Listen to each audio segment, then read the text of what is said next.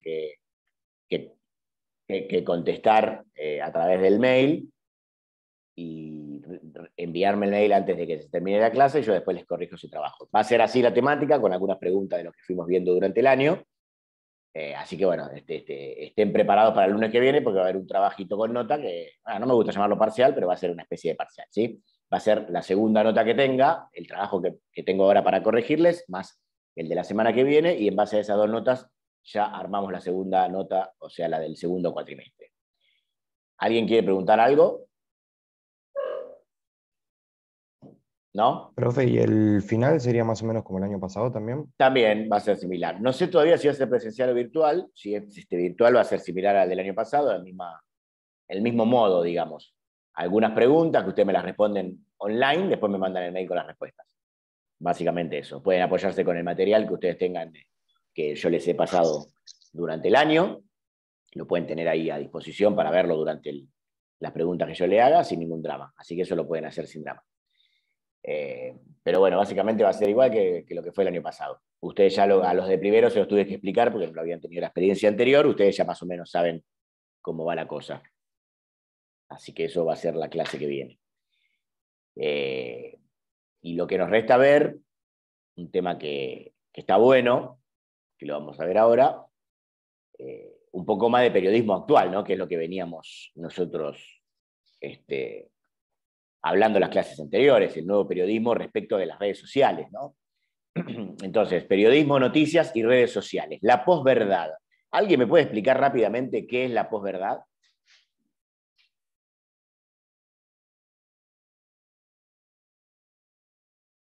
¿Alguien sabe lo que es la posverdad?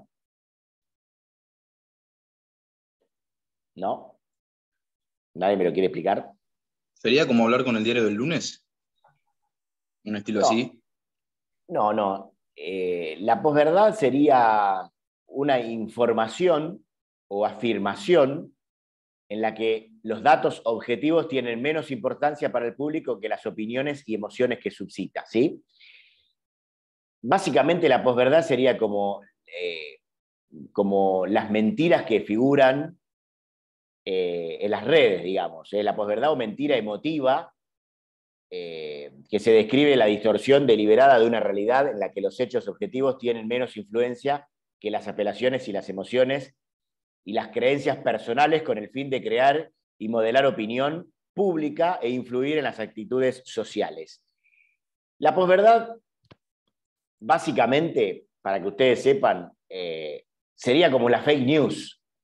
Cuando se crea una noticia alrededor de algo, de un tema, y en realidad se están dando una noticia falsa. Y que esa noticia falsa lo que se hace es convencer a la burbuja, ahora que está tan de moda esta palabra, la burbuja informativa que generan las redes sociales. ¿Qué sería la burbuja informativa que generan las redes sociales? Cuando ustedes tienen Twitter, todos, la mayoría, por ejemplo. Sí. Bien. Ustedes deciden a quién seguir en Twitter, ¿no? La mayoría de ustedes sigue a determinados periodistas, determinadas personas, determinados influencers que piensan de una manera distinta, de una manera determinada, digamos, que generalmente es afín a la manera de pensar nuestra, de cada uno de nosotros. ¿Estamos de acuerdo? ¿Sí? Sí. Bien. Si yo llevo esto a la política y nosotros seguimos a periodistas que tienen un determinado pensamiento político y no sigo a ninguno de los que piense lo contrario, ¿qué me estoy generando ahí informativamente y en tema de opinión? Una burbuja informativa donde yo consumo lo que en realidad quiero escuchar. ¿Se entiende? Yo voy a leer tweets con informaciones, con opiniones y con fake news, porque las hay en los dos lados de la grieta, y voy a leer siempre la misma, voy a escuchar siempre la misma campana, generalmente. Entonces yo me estoy construyendo una burbuja informativa y argumentativa y de opinión que es afín a mi pensamiento. Y yo vivo en esa burbuja. Y todo lo que dicen del otro lado para mí es mentira. ¿Se entiende? Esa es la burbuja informativa. Y dentro de esas burbujas, obviamente, de los dos lados de la grieta, hay y existen noticias falsas, las famosas fake news. ¿Cómo detectamos? ¿Cómo podemos llegar a detectar una noticia falsa? ¿De qué manera? Si nosotros leemos una noticia en Internet y queremos saber si esa noticia es real o es una fake news, ¿de qué manera se les ocurre que lo podríamos chequear? ¿Qué cosas podríamos hacer para acercarnos más a si es verdad o no esa noticia? ¿Se les ocurre? Ver si tiene alguna fuente. Bien, bien, bien. Ojo con la fuente. Investigar cuán seria es esa fuente que da la información. ¿Qué otra manera se les ocurre? ¿Qué podemos chequear? ¿Qué otras cosas podemos chequear? Que, por ejemplo, tenga el nombre del que la escribió o que Exacto, venga de algún medio creíble. Si viene exacto, de el blog de Pepito, muy creíble no es. exacto. Y Bien. también habría que ver si no es, por ejemplo, si yo estoy en un medio kirchnerista Sí, y la noticia es kirchnerista, eh, yo que sé, reivindicando a los Kirchner, capaz la noticia esté sesgada hacia una buena postura hacia los Kirchner. exacto. Eso es un poco lo que decía antes de la burbuja. Nosotros estamos consumiendo periodistas y o medios de comunicación afines a un determinado estilo político y bueno, todo eso que nos digan ahí va a ser bueno. No te van a decir las cosas malas. Y esto corre, como dije antes, para los dos lados de la grieta, porque pasa en los dos lados, digamos. Pero bien lo que decías antes, buscar un link que lleve a la noticia, ¿sí? Y ahí ver si ese link es de un medio más o menos serio o no. Pero ojo, porque a veces, muchas veces, los medios, entre comillas, serios que nosotros consumimos, también tienen noticias falsas o se suben a las noticias falsas. Entonces también hay que estar alertas a eso, ¿sí? A veces se hacen eco de esas noticias, ¿no? Exacto. No chequean y la suben igual, como ha pasado a las muertes de algunos famosos. Con muerte de famosos, las muertes del recital del Indio Solari, ¿se acuerdan? Claro, Bueno, y así hay sí. un montón de ejemplos. Y ahí capaz que lo lees en un medio que uno cree que es serio y que no va a caer en noticias falsas. Sin embargo, también están allí. Por eso hay que tener mucho cuidado. Cuidado con cuentas de periodistas reconocidos que son falsas. Muchas veces los nombres son similares y tienen un tilde como que son verdaderas y en realidad son falsas. Le cambian alguna letra a la arroba y son falsas. Hay que tener cuidado con eso. Ver cómo está escrita la noticia. Las fake news suelen tener errores ortográficos o de tipeo, porque están escritas por cualquiera, no son periodistas las que los escriben generalmente, entonces suelen tener errores de concepto a la hora de escribirlas, también es una forma de poder chequear. Chequear la veracidad de la foto, buscando en Google Imágenes si la imagen aparece en otros sitios o es vieja o reciclada de otra nota. A veces suele pasar que ponen, mirá este político lo que hizo, mirá cómo está hoy, no sé, el Parque Rivadavia. Entonces ves la foto y es un desastre, y capaz es una foto de hace 6 años o 10 años. ¿Se entiende? Y la dan como que es actual y no es actual. Bueno, entonces también chequear esas cosas. Una noticia de alto impacto no podría estar en un sitio solamente, sino tendría que estar en muchos lugares. Bueno, buscar si esa misma noticia está en otros lugares también, y si no la están levantando de ese lugar inicial que nosotros la vimos, ¿no? También podemos chequear eso. Y por último, hay que dudar, siempre, siempre. Esto me lo han dicho a mí siempre cuando estudiaba periodismo como ustedes, yo lo traslado. Siempre hay que dudar de todo. Mientras esté a nuestro alcance investigarlo, tenemos que dudar e ir y chequear todo lo que más podamos. Y si obviamente somos periodistas un poco más reconocidos y tenemos la posibilidad de tener algún contacto directo de alguien, de alguna persona o personaje que esté incluida en esa noticia, mandarle un mensaje. Che, mirá, esta noticia es real, esto te pasó, no te pasó, sos vos, es real, no es real, digamos. Esperar que esa fuente que nosotros tenemos nos confirme o no si esa noticia es real o no. Y después nos escudamos nosotros en decir, según una fuente confiable, eso es real o eso no es real.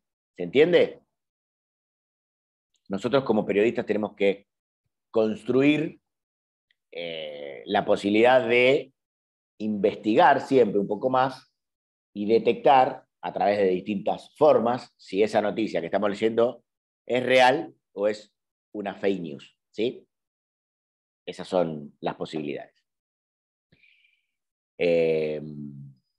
Bueno, ¿hasta acá alguien quiere aportar algo? Bueno, yo les voy a pasar después este material que estoy leyendo.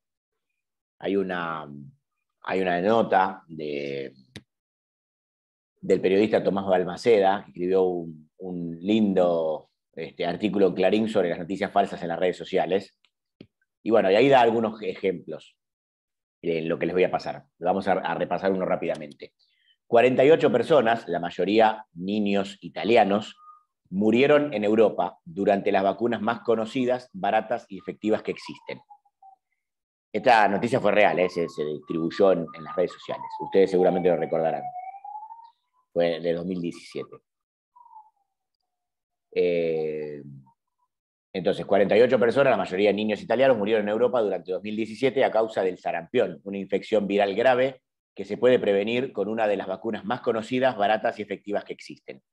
Pero ¿cómo es que en pleno siglo XXI y en una de las zonas más desarrolladas del mundo hubo un brote de una enfermedad mortal como esa que se creía erradicada desde hace años? La respuesta es increíble. El 95% de las víctimas no estaba inmunizada. ¿Por qué? Sus padres se habían sumado al movimiento antivacunas tras leer información falsa en Internet. En varios sitios se asegura que existe un supuesto complot de los gobiernos con los laboratorios para obligar a un calendario vacunatorio que no solo es necesario y oneroso para las arcas públicas, sino que puede llevar a los niños a contraer trastornos neurológicos con el autismo. Y aunque no existen pruebas científicas de esas temerarias afirmaciones, los más de 500 sitios web y páginas de Facebook de colectivos antivacunas más populares sostienen la teoría echando mano a anécdotas de difícil comprobación. ¿Qué hacen? Tiraron la noticia de que los gobiernos y los laboratorios tenían un negocio, por eso estaba la vacuna del sarampión. Los antivacunas tomaron esa información falsa, la distribuyeron por distintos sitios e hicieron que mucha gente se lo crea. ¿Y qué pasó? Hubo un brote de una enfermedad que ya estaba erradicada hace un montón de años porque justamente existía una vacuna. Y bueno, ese brote se debió a eso, justamente, una noticia falsa que circuló por Internet. Dando casos en esa noticia, casos de personas que eran inchequeables, ¿sí? No había forma de chequear que los casos que contaban eran reales. Entonces se construyó una posverdad acerca de eso. Esto fue antes de la vacunación del COVID, imagínense, ¿no? Imagínense. Entonces, sigue diciendo en este artículo, la muerte evitable de estas personas es la prueba más terrible que vivimos en la era de la posverdad, en la que una mentira que leemos en Internet puede volverse un error fatal. La posverdad creció a la sombra de nuestros nuevos hábitos informativos. Según un estudio realizado por la agencia de medios Zenit, 43 millones de argentinos utilizan a diario Internet para saber qué sucede en el país y en el mundo, ya sea por medio de redes sociales, portales o plataformas de audio y video. Se trata de un cambio radical con respecto a lo que sucedía una década atrás, cuando los medios tradicionales, como los diarios, revistas, la televisión y la radio, eran las fuentes de información utilizadas. Hoy los diarios tienen que competir con cuentas de Twitter, páginas de Facebook y portales de los que poco y nada se conoce, pero que aseguran tener primicias impactantes y revelar verdades que nadie más se anima a contar. La oferta es tan tentadora como peligrosa, como lo demuestra el caso del movimiento antivacunas. Si decidimos informarnos por las noticias que comparten nuestros contactos en Facebook o en Twitter, por ejemplo, corremos el riesgo de obtener una imagen muy sesgada de la realidad. Y esto era lo que decía antes, que me lo estaba marcando. ¿Quién me lo marcaba? ¿Quién fue que me dijo lo del medio kirchnerista? Yo, profe. Giorgio, bien. Esto era un poco lo que vos marcabas antes, ¿sí? Entonces,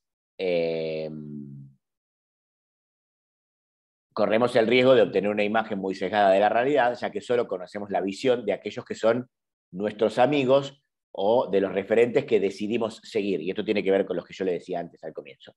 Nadie tiene en su red social contactos de Facebook a alguien que piensa realmente distinto, ni seguimos en Twitter a aquel cuya idea o ideología está en las antípodas de la nuestra. Pero si las redes sociales son, en efecto, la fuente de noticias y datos, podemos vernos envueltos en un mundo fabricado a nuestra medida, que esto es lo que yo les hablaba de la burbuja.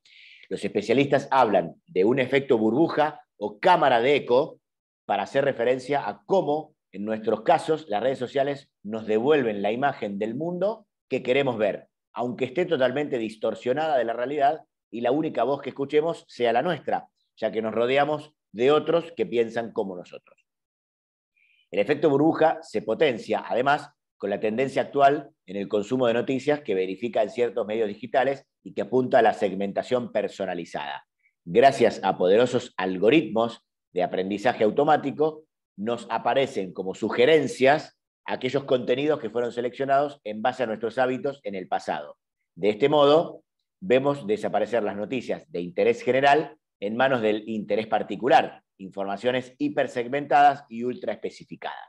¿Qué es esto? Cuando nosotros buscamos en Google distintos portales o noticias que nos interesan, después Google, cuando nos da cuando nos devuelve esa publicidad, nos devuelve publicidad de cosas que a nosotros nos interesan nada más. Entonces nos sigue construyendo esa burbuja o esa cámara de eco a nuestra medida. ¿Se entiende? ¿Se entiende o no? ¿Alguien quiere agregar algo a lo que acabo de leer, que es muy interesante? Obviamente se los voy a pasar después.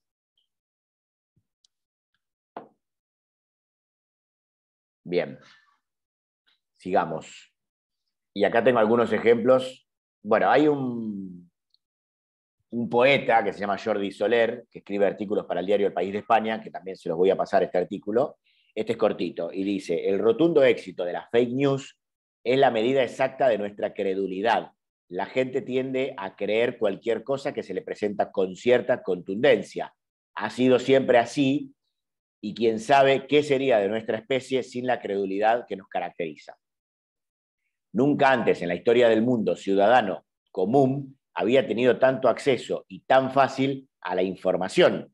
No se había lidiado en otro tiempo con un torrente similar de noticias, datos, teorías, hipótesis, opiniones, ni estas se habían difundido jamás de forma tan invasiva ni a tanta velocidad. Somos la población más informada, pero también la más vulnerable y, desde luego, la más crédula e ingenua que ha pisado este planeta. Los habitantes del siglo XXI, acosados permanentemente por el tumulto de información, datos e ideas que cargamos en el bolsillo, deberíamos preguntarnos qué pensamientos son verdaderamente míos. Dentro de la red no pensamos, pescamos, ¿sí? De nuestra credulidad se apoyan los gobernantes y los políticos, los empresarios que quieren vendernos algo, y en general cualquier persona sin escrúpulos que sepa presentar una mentira como verdad, cosa que nunca en la historia del planeta había sido tan fácil. ¿Sí? ¿Se entiende? Bueno, nosotros tenemos la misión y la tarea, a raíz de la formación que estamos recibiendo en estos 3 años, de ser periodistas serios y tratar de evitar que esto siga sucediendo. ¿Desde dónde? Desde cualquier lugar. Cada uno puede aportar su granito de arena, desde su Twitter, desde su Facebook, desde su YouTube, desde su lugar. Desde su lugar ustedes pueden aportar para que esto deje de ser así. ¿De qué manera? Bueno, tratando de hacer circular noticias que sabemos que son reales y no divulgar y difundir cosas que son falsas. Y acá tengo, para finalizar esta clase, algunos ejemplos de noticias falsas que circularon en las redes sociales durante 2017 y 2018. ¿Alguien se acuerda alguna así rápidamente para decirme que diga, che, ¿se acuerdan de este caso que era falso y se difundió por todos lados? ¿Alguien recuerda alguno para decirme en este momento? Que haya sido muy Cuando conocido. dijeron que se había muerto Vin Diesel, me acuerdo que estaba por todo Twitter. Exacto. Esa es una noticia falsa. Y alguna teoría que también, bueno, relacionada a esto que acabas de decir, Gonzalo. Hay una teoría siempre circulando por las redes que está relacionada a Rápidos y Furiosos, que todo el mundo se sube a eso que alguien una vez escribió y todo el mundo se cree que es así. Y cuando dicen que la muerte la muerte simulada de Paul Walker también, ¿no? Exactamente, eso. Ese es el otro punto.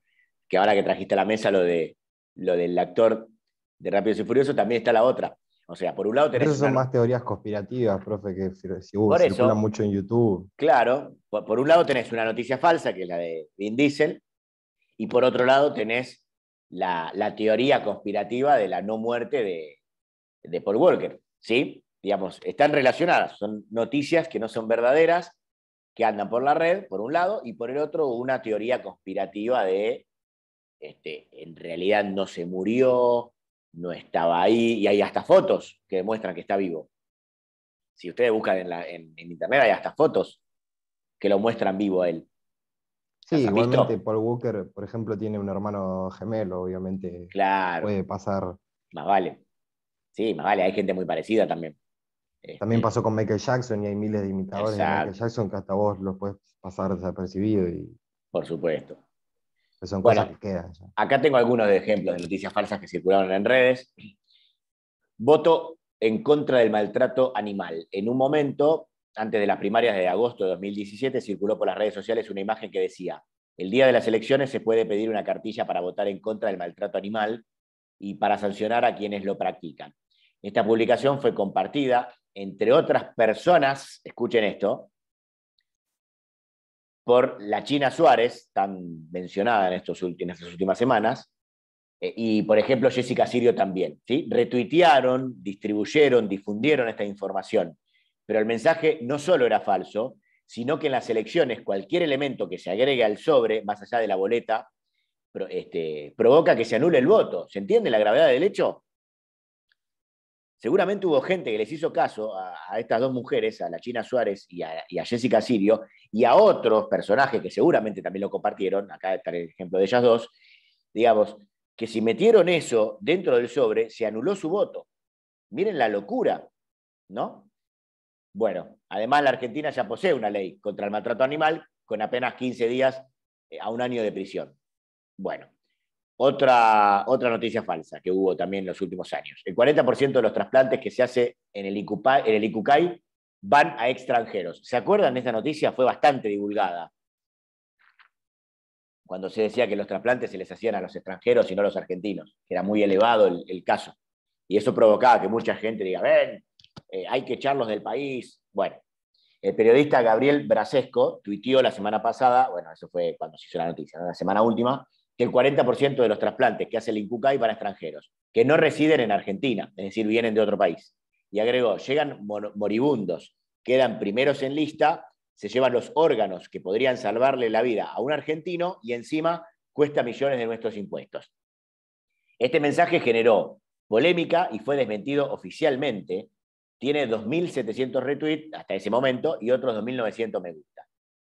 De acuerdo con los datos del Sistema Nacional de Información de Procuración y Trasplante de la República Argentina, se desprende del INCUCAI que el 2,9% de los pacientes trasplantados con donantes fallecidos durante ese año son ciudadanos extranjeros, es decir, 179 sobre un total de 6.131. El dato de 2017 es similar al que se presenta en el país desde 1998, primer año con registro en el sistema. Entre el 1 de enero de ese año y el 21 de noviembre de 2017, el 3,7% de los trasplantados fueron ciudadanos extranjeros y más del 96% argentinos. ¿Se dan cuenta? Y esa noticia ya está como verdadera. Cualquier persona que piense esto en serio, te lo discute, en una discusión te discute que el 40% de los trasplantados son de afuera. Y es mentira. Bien. Falsa foto de Mauricio Macri con Jorge Rafael Videla, había otro de las noticias de aquel momento. José Ignacio de Mendiguren, diputado nacional del Frente Renovador, en ese momento, ¿no? Que integraba el nuevo Frente un País, publicó una imagen en blanco y negro del dictador Jorge Rafael Videla junto al actual presidente de la Nación, Mauricio Macri, quien resiste las fotos del pasado. Esto es futuro y cambio, se preguntaba en el tuit. ¿Por qué no construimos el futuro con nuestras propuestas?, decía el tuit. Eso aseguró de Mendiguren en su cuenta oficial de Twitter con un mensaje que luego borró. En 1976 Macri tenía 17 años. Era imposible que ese Macri esté al lado en esa foto de Videla. Era una locura pensarlo. Era mentira por donde se lo mire. Bueno, sin embargo, de Mendiguren, que es un tipo que se supone serio, un candidato a diputado nacional, tuiteó una barbaridad. ¿Sí? La foto original tenía otro personaje y le pusieron la cara de Macri. Bueno, eso también era una noticia falsa, en la que muchos cayeron. Y algunos seguramente deben seguir distribuyendo esa misma foto. ¿Sí? Y por último vamos a una deportiva, la bandera que nunca existió, los hinchas de River esta quizás se la acuerden. A ver. Un día el diario Le sacó una tapa que decía la bandera que faltaba. Los hinchas de River pusieron las banderas contra el equipo. No se olvidaron de la comisión directiva. El trapo que reflejaba ese enojo fue sacado de la popular un rato antes que llegara al grueso del público. Y hay un sumario interno. Bueno, esta fue la tapa de Olé del martes 12 de mayo de 2009 y decretó uno de los papelones más grandes que tuvo que enfrentar el diario deportivo. River, de presente muy malo en ese momento, enfrentó a Lanús y empató 1-1 por el torneo clausura. Esa tarde de noche aparecieron banderas en contra de los jugadores. Les digo, yo estaba en la cancha ese día. Facundo Insaurralde, un hincha de River de La Plata, armó con Photoshop una bandera que decía la peor dirigencia de la historia. ¿Qué pasó? Ese día en la cancha de River hubo banderas en contra de los jugadores, en contra del técnico, en contra de todo el mundo, pero de la dirigencia no. No había ninguna en contra de la dirigencia. Y este hincha de River, Facundo Insaurralde, con Photoshop, hizo una bandera que decía la peor dirigencia de la historia. Y Olé armó toda una noticia diciendo que minutos después de ser colgada la fueron a sacar, y fue mentira, nadie sacó ninguna bandera, esa bandera nunca estuvo en la cancha. Pero se agarraron, voluntariamente o no, porque a esta altura no sabemos, después el diario dijo que se había comido la del pibe, le echaron la culpa al pibe que hizo con un Photoshop esa bandera, y Olé armó toda una nota de tapa y después una nota en medio del diario, ¿no? Con una bandera que era falsa. Entonces, tomando como base una captura de TV, la bandera original exhibida en el Monumental del frente al Granate decía la peor defensa de la historia. Este pibe la subió a un foro de River y a partir de ahí empezó a circular. Llegó a Olé, que publicó en tapa la supuesta historia, escrita por el periodista Martín Blotto, detrás de esa bandera diciendo, entre otras falsedades, que había sido descolgada del estadio un rato antes de que empezara el partido. Cosa que no fue cierta, yo se lo puedo confirmar porque estaba en la cancha. Lo que no se sabe es si Olé fue víctima de la genial edición de este usuario o aprovecharon la imagen para quitarle la culpa a los dirigentes con respecto al origen de las banderas en contra de los jugadores. Leonardo Farilela, en ese momento era el mandamás de Olé, en ese momento dijo, no estamos al tanto de eso, pero tenemos gente en la cancha que vio la bandera colgada. Mentira, la bandera no estaba colgada, así que nadie de Olé pudo haberla visto. Luego, en el programa de Estudio Fútbol, Farilela habló del tema y defenestró al autor del Photoshop, acusándolo de ser circular una foto falsa, y lejos estuvo de hacer autocrítica que le corresponde como periodista. Publicar algo sin chequearlo correctamente. ¿Entienden lo que hizo? Le echó la culpa a un pibe que agarró Photoshop y armó una bandera enojado como hincha de River en contra de los dirigentes. ¿Sí? Bueno, no sé si alguien recordaba esta historia. Ustedes son chicos, no son parte de esa. Igual, yo sí me acuerdo, profe, de haber visto, no sé si en video o en qué, el video de Farinela hablando mal del chico ese. Claro, lo dijo en Estudio Fútbol él. Y el pibe, Sí, en sí. realidad, agarró Photoshop, enojado como hincha de River, y armó la bandera en contra de la dirigencia, porque en realidad en un pésimo momento de River institucional, deportivo, aparecieron solo banderas en contra de los jugadores y del técnico, no aparecieron banderas en contra de los dirigentes. Entonces se suponía que las banderas habían sido puestas por los mismos dirigentes. Entonces el hincha de River, enojado, armó la bandera, la peor dirigencia de la historia, y puso, esta es la bandera que ayer faltaba.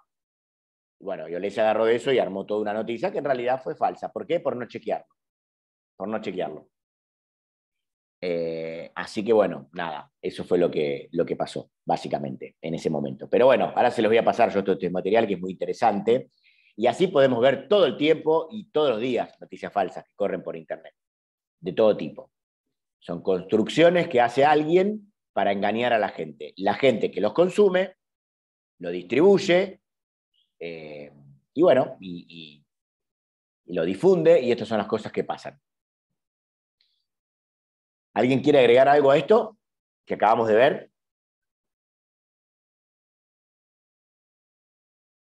¿No? Bueno, acá tengo una pregunta de Flor Giordano que me dice, profe, para el trabajo de la semana que viene, ¿podemos usar el material también? Sí, sí, pueden apoyarse en el material que yo les fui mandando, no hay ningún problema, no hay ningún problema, háganlo.